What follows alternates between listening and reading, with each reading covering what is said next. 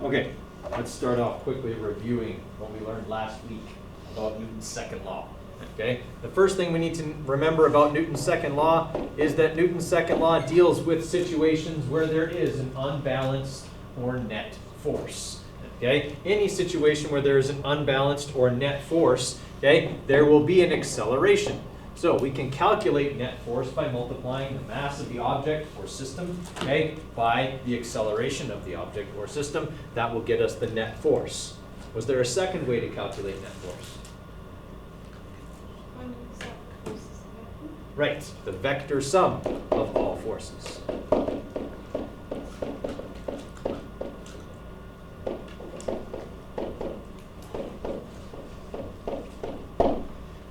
In most of our questions, did we end up using both? Most of the time, okay? Most of the time, unless it's an extremely simple question where they gave me the mass and the acceleration, yes, I would use both methods.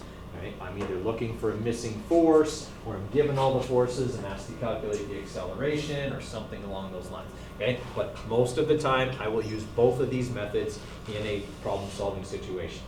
All right. When we started talking about systems, okay, a system contains multiple masses. Okay, 2, 3, 10, whatever it happens to be. Okay, what do we know is true for all of the masses or all of the parts of a system? If there's a net force acting on that system, what's true for all the parts of it?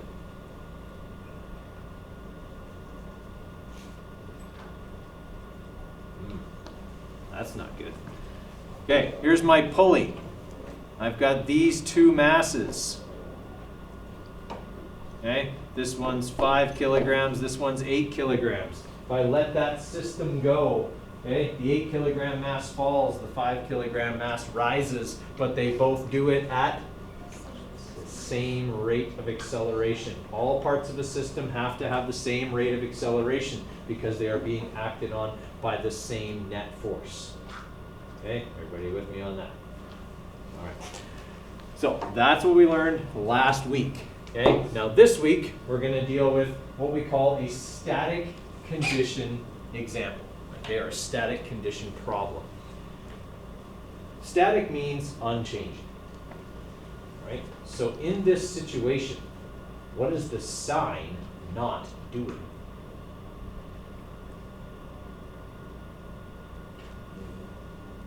Moving. So the sign's not moving. If the sign's not moving, that means the sign is also thereby not accelerating. Agreed? Okay. Since net force is mass times acceleration, and the sign isn't accelerating, in fact, it's not moving at all, what's the net force in this problem? 0. There's your most important realization. Okay? You have to realize that in any situation where an object is either not moving or moving at a constant velocity, the net force is 0. Whose law was that? It has to do with physics. It was probably thought up by Newton, and it was his first law. Okay? So, in this situation, F net is 0. That means all the forces in the system add up to 0. That's the second realization. Okay? First realization, there's no acceleration, the net force is 0. That second realization, all the forces add up to 0. Okay? So in this situation, this is what we have. There is a cable that is attached to a sign. Okay? And a second cable attached to that sign that looks something like this. Okay? So this is cable number 1, and it is hanging 55 degrees below the horizontal. Okay? And then there is cable number 2 that is completely horizontal. They are both attached to this sign that has a mass of 35 kilograms. And the sign isn't moving.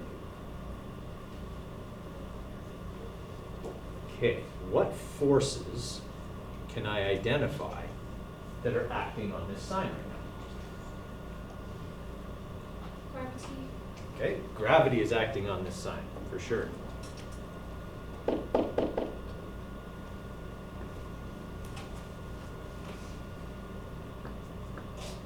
What else is acting on the sign?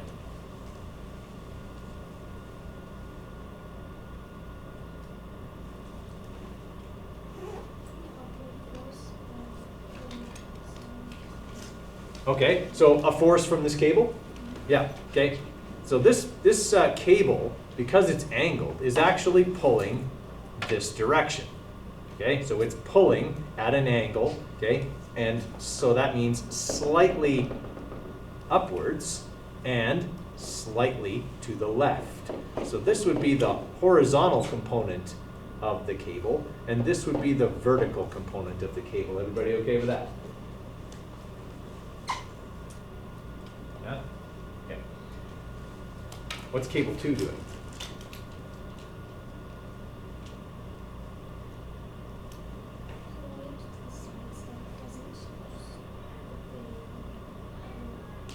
Right. I mean, a cable can only pull in the direction that it's pointing.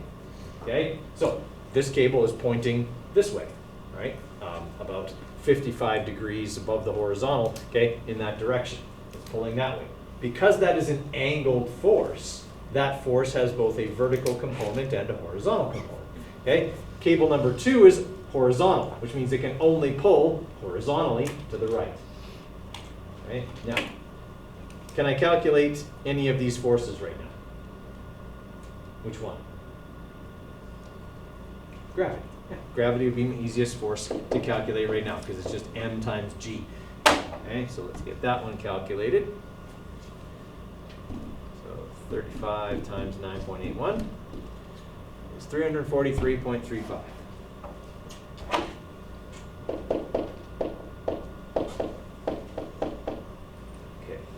What did we say all the forces in this situation add up to?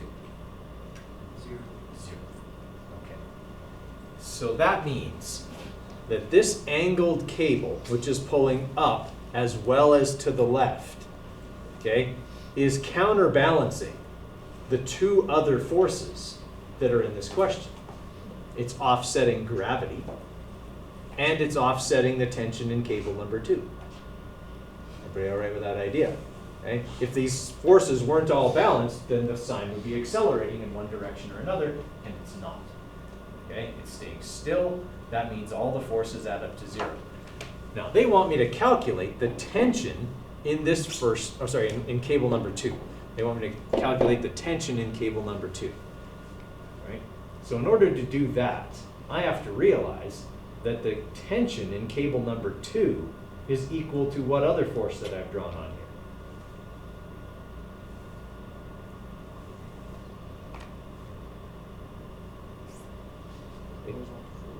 Yeah. That one. The horizontal force. Okay? There's only one other cable that's capable in this question of pulling horizontally, and it's the first one. Gravity pulls straight down. Right? So whatever the horizontal component is of this cable, it's got to equal the tension in this cable. Now you're probably going, so how do I get that one then? Okay. This sign's not moving. The downward force is 343.35 newtons. What's the upward force? 343.35 newtons. Okay? If the sign's not going anywhere, the upward force and the downward force have to be equal. So now I know one side of this triangle and an angle within the triangle. Everybody okay with that? Could I find the horizontal side of that triangle? Okay. So I have the opposite side to the angle, and I'm looking for the adjacent side. So that would mean that the tan of 55 degrees equals the opposite side over the adjacent side. I'm looking for the adjacent side, so I'm just going to switch these two.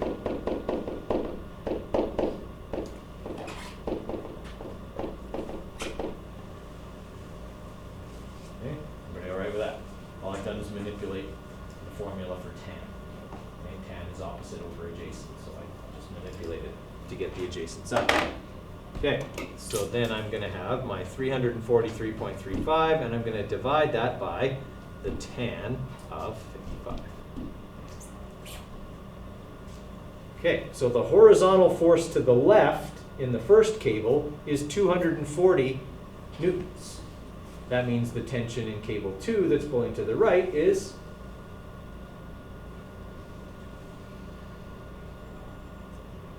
240 newtons, because the net force is 0. Okay?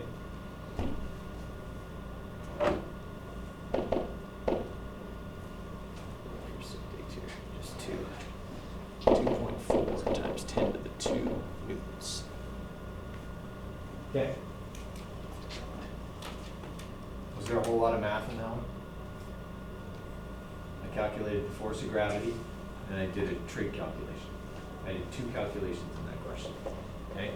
Was there a lot of convoluted reasoning involved in that question? A lot. Okay? And I know I said this a bunch of times last week, I'm going to say it again.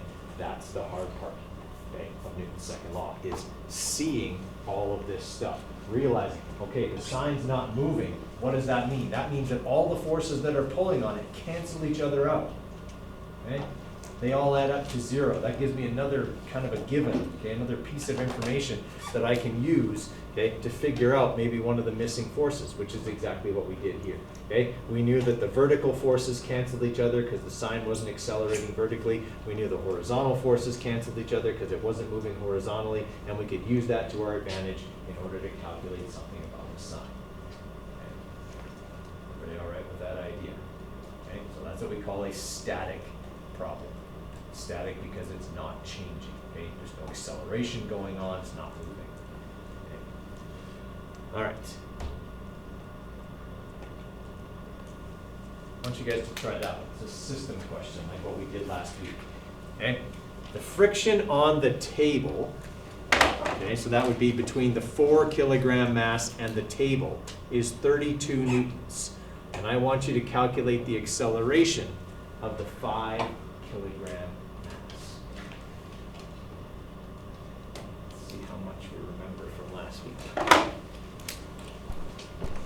All right, so first thing we want to do, identify all the forces that are acting in this system. All right, the first force that's acting in this system is gravity, acting on the 5 kilogram mass. Okay, so that'll be 49.05 newtons. Is gravity acting on the 4 kilogram mass? It is, but the 4 kilogram mass is not moving vertically, is it? Okay, so there is a force of gravity acting on the 4 kilogram mass, but it's offset completely by the force of the table it's sitting on. Okay, it's not accelerating vertically, so the force of the table, or what we call the normal force, and the force of gravity cancel each other out, so they're not important. Okay, it's there, but it's not important because it doesn't contribute to the net force. Okay, what's the other force acting on the 4 kilogram mass? Force of friction.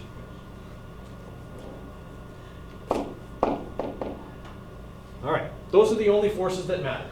Okay, the other forces we identified, but because they cancel each other out, we're just going to forget about them.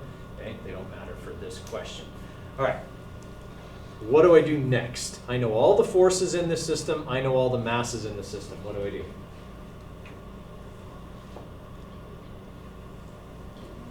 Get my F net. Okay, and in order to get my F net, what I want to do is simplify the system.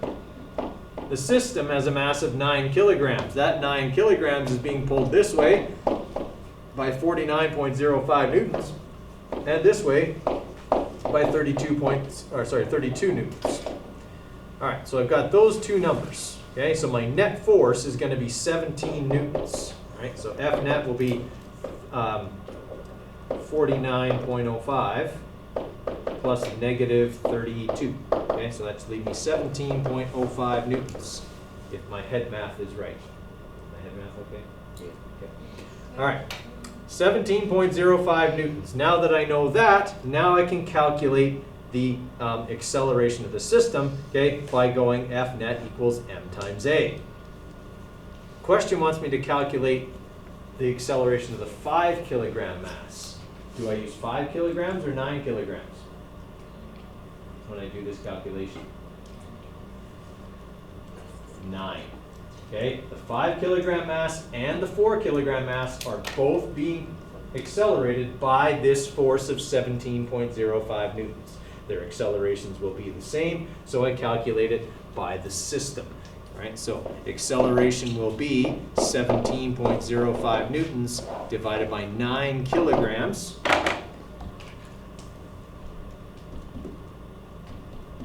Oh, not 14.05, 17. Divided by 9. All right, so we're looking at 1.9. Actually, we only have one significant digit here, so it should actually be 2. Okay, so 2 meters per second squared. Now the question wanted the acceleration of a 5 kilogram mass, not the system. So what do I have to add to that? Down. Exactly.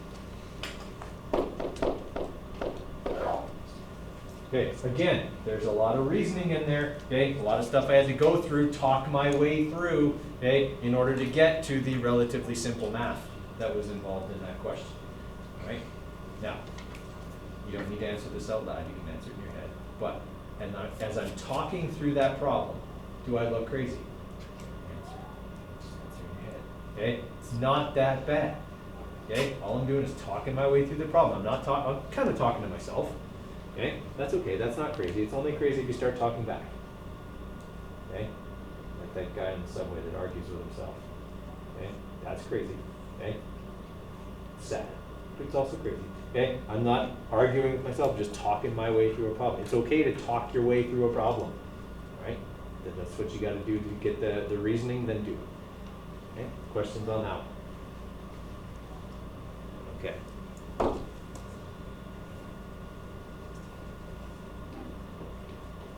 We did one like this last week with the 2 blocks. Okay, so the total friction in this whole system is 120 newtons. Okay, the friction on the 40 kilogram block is 48 newtons.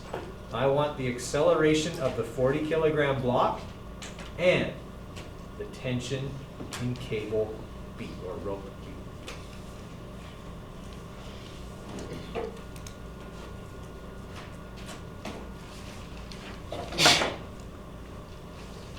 So here's the tip I will give you. Let's call this part A and this part B. Part A needs to be calculated using the system. Part B will need to be calculated by breaking the system apart. Okay, and focusing on an individual part of the system. Okay, so in part A, we want to calculate the acceleration of the 40 kilogram block, which is the same as the acceleration of the 60 kilogram block, which is the same as the acceleration of the entire system. So I want to start out by calculating the acceleration of the entire system. Right? To do that, I'm going to simplify my diagram to be 100 kilograms being pulled this way by 150 newtons and resisted this way by 120 newtons, because that's quite simply what's going on in this system. There's friction acting backwards and an applied force going forwards. Okay? So my net force on the entire system is going to be 150 newtons forward, okay, plus 120 newtons backwards for a grand total of 30 newtons forwards. Everybody all right with that?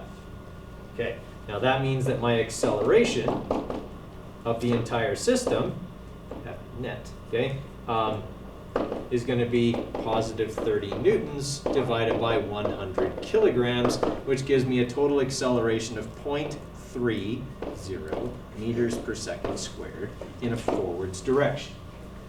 So that's all I had to do for part A. Do I need that number to finish part B? I do. Okay, I'm going to need that number because in part B, I can calculate the tension in that second rope using either mass. Okay, I can use either mass, but I do need to know the acceleration for each mass, which I have, so I can calculate the net force on each individual mass. Yep. Okay, give you a few more minutes on part B there, see how you do. Okay, I can solve this using either the 60 kilogram block or the 40 kilogram block. I would say your best bet is probably the 40 kilogram block, as there's one less step to solve it that way. Okay? So your next step then is to draw a free body diagram of just the 40 kilogram block. Okay? So if I'm looking at just the 40 kilogram block, okay, what are the forces acting on the 40 kilogram block?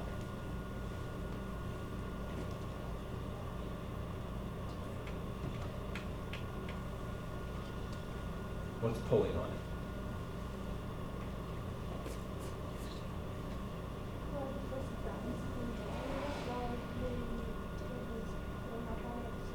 Yep, so gravity and the table or the surface, whatever it's on, are both acting on it, but they cancel. It's not moving vertically. So those forces are there, but for this question are unimportant because they cancel. Okay, what's this force? It's the 150 newtons, right? It's the force that's acting directly on the 40 kilogram mass through the rope. Okay, there's two forces acting backwards on the 40 kilogram mass. What are they? Friction, and they told us that, okay? They told us that the friction on the 40 kilogram block is 48 newtons, okay? And what else is acting backwards on the 40 kilogram block? Cable B, or rope B. Is that what you're being asked to find? Okay, also remember this, because we just calculated it.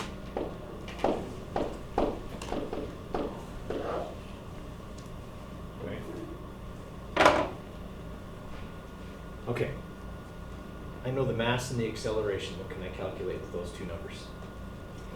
F net. Okay, so that's what I should do. Anytime you can get F net, you should get it, because it's like the most important thing in any Newton's second law problem. Okay, so if I can get it, I should calculate it. All right, so that's mass times acceleration. Okay, so that's going to be 40 times 0.3.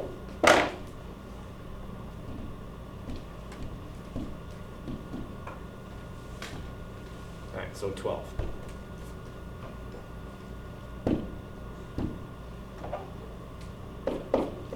All right, so my net force is 12 newtons forward on the 40 kilogram mass. Okay. The other way to calculate F net is the vector sum of all forces. So that means the force of friction plus the applied force. Okay, that's the 150, plus the tension in rope B. Those are the three forces that are acting on the 40 kilogram mass. I want to calculate the tension in B. So I'm going to leave it here, and I'm going to bring the force of friction and the applied force over to the other side. So what I'll have is F net minus the force of friction minus the applied force equals the tension in B. When I plug in my numbers, that's going to be positive 12 minus negative 48, my force of friction, minus 150, which is positive because it's forward. Right? And when I do that, I should get negative 90 newtons. Right? So that means that the rope is pulling backwards on the first box with a force of 90 newtons. It also means it's pulling forwards on the second box with a force of 90 newtons. It's a rope, okay? It pulls equally in both directions. If there's 90 newtons worth of tension in it, that's how tight the rope is. Okay? Everybody with me on that? Right? So the other way to have done this would have been to use the second box. Okay? And if I did that with the second box, okay, I would know that my total friction was 120 newtons, 48 of which was on the first box, leaving me with 72 newtons worth of friction on the second box. The only force pulling forwards on the second box is the one I'm looking for. Okay? And I do that same calculation. So I take the 60 kilograms and I multiply it by the acceleration, 0.3. I get a net force of 18 newtons on the last box. Once I have that, the net force is the sum of all forces, so the force of friction plus the tension. Okay, looking for the tension, so I subtract friction. 18 minus negative 72 is positive 90 newtons. I get the same number, okay, regardless of which box I use to solve. Okay, so we did a couple like that before. Okay, I'm going to give you about a 5-minute break here. Let's say we'll resume at exactly 11. Okay, and then I'm going to get into inclined planes. Okay, be back here at 11, or you will be an inclined plane wrapped around an axis. Okay. Screwed. Think about it. An inclined plane wrapped around an axis is screwed. That's why they work. Okay. So inclined planes are one of the best applications, okay, of Newton's second law. The purpose of an inclined plane is to make work easier. Okay, I mean, it's one of the simple machines, right? Like there's a lever in the inclined plane. Okay, so the inclined plane makes work easier. It doesn't make less work, however. Right? If you recall from Science 10, work is a change in energy. Okay? To get that 10-kilogram block to the top of the ramp takes the same amount of work to drag it up the ramp as it would to just lift it from the bottom to the top. It takes the same amount of work because its energy changes by the same amount. Right? The inclined plane makes that work easier because if I want to lift it, I have to exert way more force because I'm responsible for all of it. I have to just completely overcome the force of gravity pulling down on the block and lift it to that height. Okay? Maybe I'm not strong enough to do that. I'm getting old. Right? So I might get smart and use an inclined plane. Okay? This is how I get the generator in the back of my truck for camping season every spring. Okay? I'm not strong enough to lift it. It's over 300 pounds. So I make a ramp and I drag it up the ramp into the back of my truck. Okay? I use Newton's second law, apply physics, and I outsmart gravity. Okay? Using the inclined plane means I use less force because the inclined plane supports much of the weight of the box. Okay? Everybody follow me there? Now, your inclined plane, you want it to be, you know, not to have too much friction on it, or you're kind of defeating the purpose. Dragging it against too much friction will be really hard. Okay? But you don't have to lift it. So, how does an inclined plane work? Well, okay, an inclined plane works like this. Gravity pulls the box straight down. Okay? Gravity pulls any mass that's sitting on an inclined plane straight down. Right? So contrary to what you may have thought, gravity doesn't pull you down a hill. Gravity pulls you straight down. The combination of gravity and the hill make you go down the hill. That's what I'm going to show you here in just a second. Okay? Now, obviously, if I put something on a ramp, it doesn't fall down. It slides. Okay? And it slides because the ramp pushes outwards. Okay? Like this. Okay, if I was drawing a free body diagram, okay, the force of the ramp, which we call the normal force, acts perpendicular to the surface. Okay? Just like right now when I'm standing on the floor, okay, gravity pulls me into the floor and the floor pushes straight back up with an equal amount of force. Okay? In this situation, okay, gravity pulls the box into the plane, but because the plane is angled, it pushes back this way, okay, straight out from the surface. Now the forces aren't balanced because it can't push directly against it. Okay? Now, if I'm drawing this like two vector quantities, since net force is the vector sum of all forces, I would take this arrow and draw it tail to head with the force of gravity, right? Which would leave me with a net force right here. Now that force there and the ramp are what? Well, not the same, but they're parallel. Okay? That's why you slide down the ramp. The net force acts down the ramp. Okay? We call that net force F parallel because it's parallel to the ramp.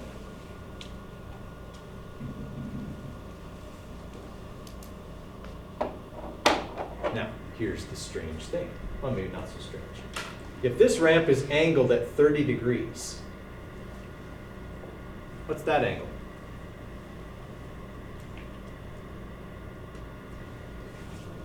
30 degrees. Okay? It is the difference between straight down and out from the plane.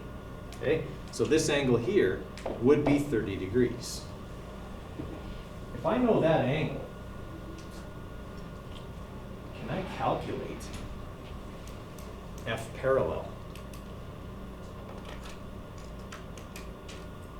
Okay? Can I calculate force of gravity? Right? I know the mass, okay? So the force of gravity is just going to be 9.81 times 10, so 98.1 newtons.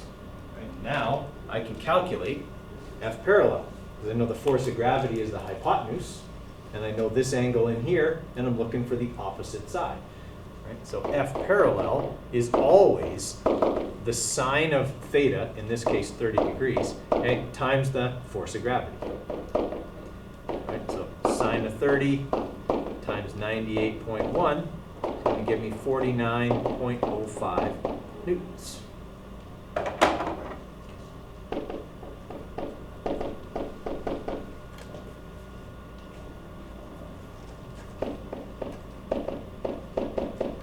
Okay, so there's 49.05 newtons worth of force acting down the ramp, okay, due to the interaction of gravity and the ramp.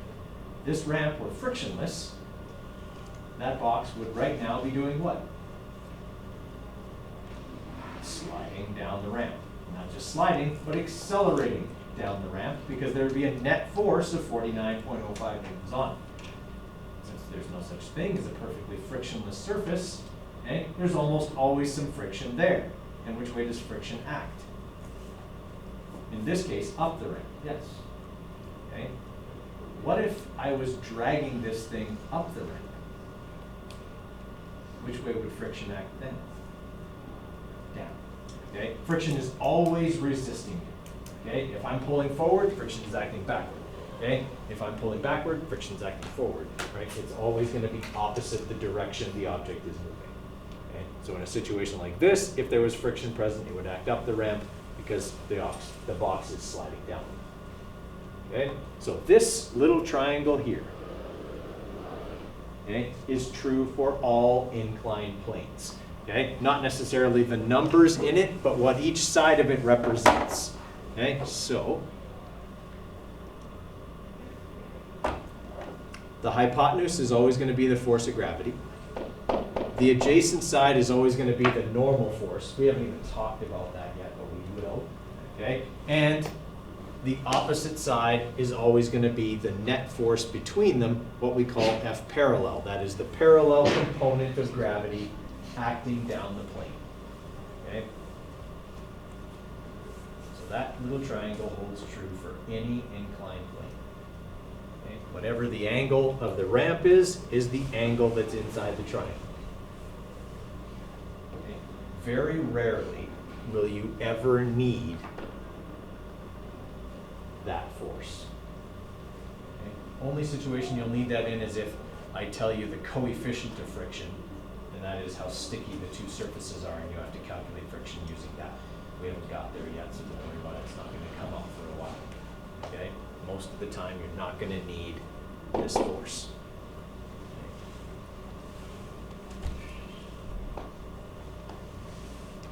Okay, so let's walk through this problem together. There's a trick in this problem, and it's right at the beginning. It tells me it's a 340 Newton box, not kilograms, newtons. What did they just tell me? Not the mass, but not the net force, no. It's the weight. They didn't tell me the mass, they told me the weight. Okay, that's the force of gravity. That is a very, very common trick that comes up in Newton's second law problems. They don't give you the mass, they give you the weight. Okay, so they're telling you Fg equals 340 newtons in this problem. Can you calculate the mass if you know that? Yes. Okay, so there's a little trick in this one. Okay, here's our inclined plane. All right, so the incline is 30 degrees. That's my favorite angle. Okay, and they tell me that the weight of the box is 340 newtons.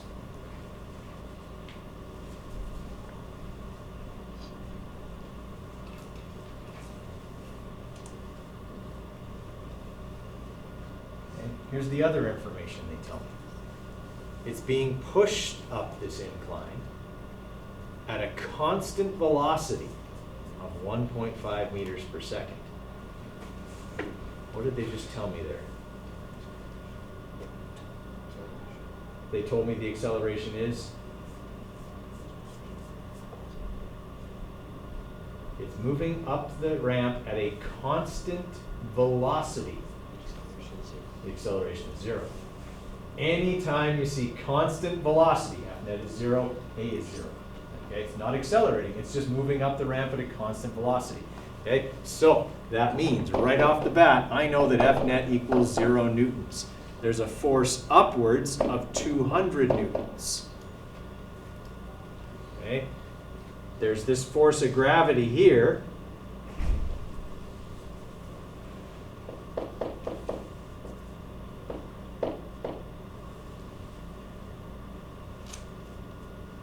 Okay, and those are the forces that I know. I'm looking for the force of friction. Which way would friction be acting? Down, right? What else is acting down the ramp?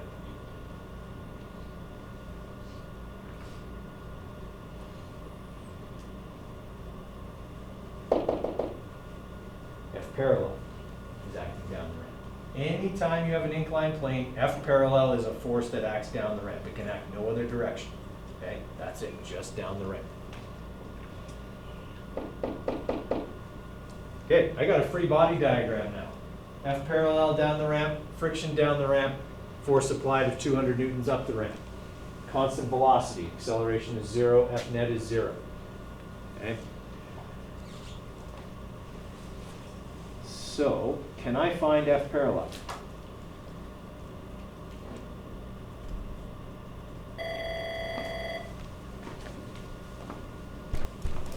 Can I calculate F parallel if I know the hypotenuse of this triangle and this angle? Right? It's the opposite side, so I can calculate what F parallel is. And so F parallel will be the sine of 30 degrees times the force of gravity, which I was told was 340 newtons.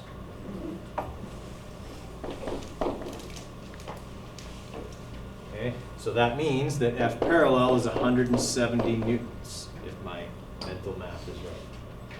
Okay. All right, so this force here is 170 newtons. The force up is 200 newtons. And all the forces add up to what?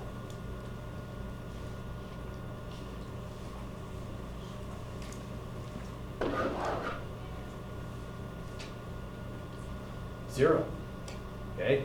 The box is moving at a constant velocity. So there's no acceleration. So there's no net force. Which means the vector sum of all forces is 0. So 200 minus 170 minus this equals 0. So what's left? How big is my force of friction? I've got 200 up the ramp. If it adds up to 0, I got 200 down the ramp. So this has to be how big?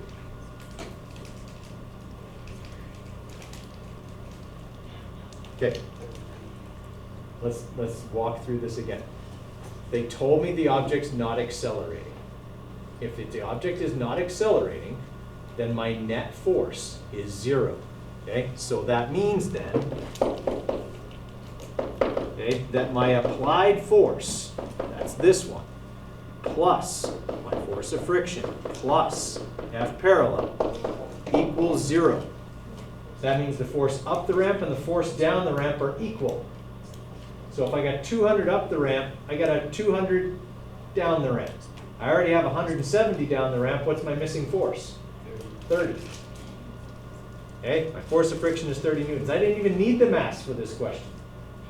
Okay, they didn't give it to me and I didn't need it. Okay, I could just do this all on forces. My force of friction is 30 newtons. Okay, was there any really difficult math in that? Toughest thing was calculating F parallel, doing a trig calculation. That was the hardest math in the whole question.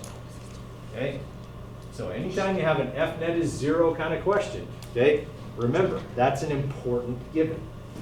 Okay? Knowing that that force is 0, or that all the forces, sorry, add up to 0 is an important piece of information. Okay, you guys try this one.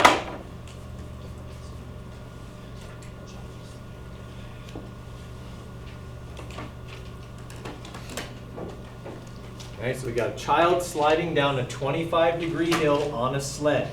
Friction is resisting with 150 newtons. The child's mass is 50 kilograms. What is their acceleration? Okay, let's have a look at just our diagram for right now.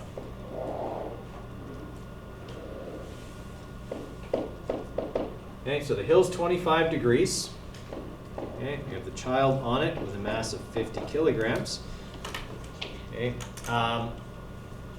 friction is resisting with 150 newtons. And it says the child is sliding down, right? So that means friction has to be acting up. Okay, now the other forces here are gravity,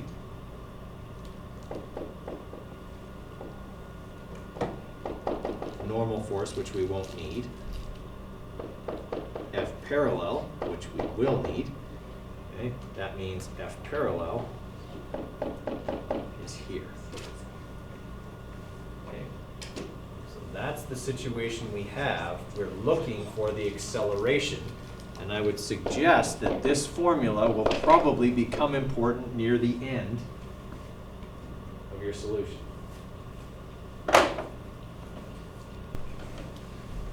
All right, next force I need to calculate is the force of gravity. Okay, because I need that in order to get F parallel, which is part of my free body diagram. Okay, so first off, force of gravity equals m times g. 50 times 9.81 is 49.05 newtons. All right, now that I've got that, I have the hypotenuse of that triangle. So now I want to find the opposite side, which represents for me F parallel. So I'll go sine of 25 times the force of gravity, 49.05. Okay, so sine of 25 times 49.05. Okay, so we're looking at 20.73 newtons. Obviously, I'm going to keep all those decimals for right now. I'm just not going to write them. 20.73 newtons, and that's going to be down the ramp. So this is 20.73 newtons. Okay, so this child, as we said, is being dragged, is sliding down the ramp. Okay, sorry, that's not 49, it's 490.5. Wow, that's really small. Okay, so this is going to be 207.3 then. 490 newtons. Okay, so 207.3 okay, newtons down the ramp. Now, can I find the net force? Okay, so F net, okay, is the vector sum of all forces, so 150 plus negative 207.3, okay, is going to give me my net force. All right, so we've got 57.3 newtons down the ramp as my net force. Everybody okay with that? All right, once I have that, now I want to use this and calculate my acceleration. Okay, so acceleration will be F net over m, 57.3 divided by the 50 kilograms mass of the child. All right, so we're looking at 1.1 meters per second squared downhill. If you wrote 1.1 meters per second squared down, would you get it right? No. Down is vertically downward. Downhill is downhill. Okay? Down is vertical. Okay? If you say down when they're actually moving down a ramp, that's not the right vector. Okay? You have to say down ramp, downhill. 30 degrees below the horizontal, okay, whatever it happens to be, but you got to a vector other than straight down. All right, making sense? Okay. Inclined planes, other than you have this extra step of finding F parallel, work the same as all the other ones we've done. It still ends up being m times a equals F net and vector sum of all forces. Okay. Still those two steps. They're in every problem we do. It's just a matter of getting to them. Okay, there's one more here that I wanted to do. Here's another static problem. I don't know if we'll get all the way through it or not, but we'll try. Okay, so it's another static problem. There's a mass of 120 kilograms suspended by two cables that have a 100-degree angle between them. I want you to find the tension in cable A. Okay, so this is suspended. I want you to find the tension in cable A if there's 100 degrees between the two cables, right? Keeping in mind that that will be an important force. Okay, what's the key realization I need to make about this particular situation? There's no acceleration. If there's no acceleration, what's the net force? 0. Okay, so that's what I have to realize first off in this situation. F net is 0 newtons. Okay, so what are the forces that are acting in this? Gravity, which will be 1177.2. Is that right? Okay, newtons. Okay, and then I've got the forces in these two cables. Each one of those cables pulls somewhat to the side and somewhat up. How much of this 1177.2 newtons is each cable supporting? Half. That's the second realization you have to make. Each one of these cables has an identical triangle. Okay? That triangle contains not a 100-degree angle, but a 50-degree angle. And this side is its vertical component, which is 1/2 of this number, because each cable will be supporting half the weight. Okay, so we'll take our 120 times 9.81, okay, and divide that by 2. All right, so 588.6 newtons. Okay, is this side of A's triangle. It's also this side of B's triangle, but the question didn't ask for what the tension in cable B was. Okay, the question asked what's the tension in cable A. All right, so I'm looking for the tension in cable A. I now know an angle and an adjacent side, and I'm looking for the hypotenuse. What do I do next? Trig, yeah. Okay, the cos of 50 degrees equals my adjacent side, 588.6, divided by the tension in cable A. Right? So if I want to get the tension in cable A, I'm just going to cross multiply here. Right? So the tension in A will equal 588.6 divided by the cos of 50 degrees.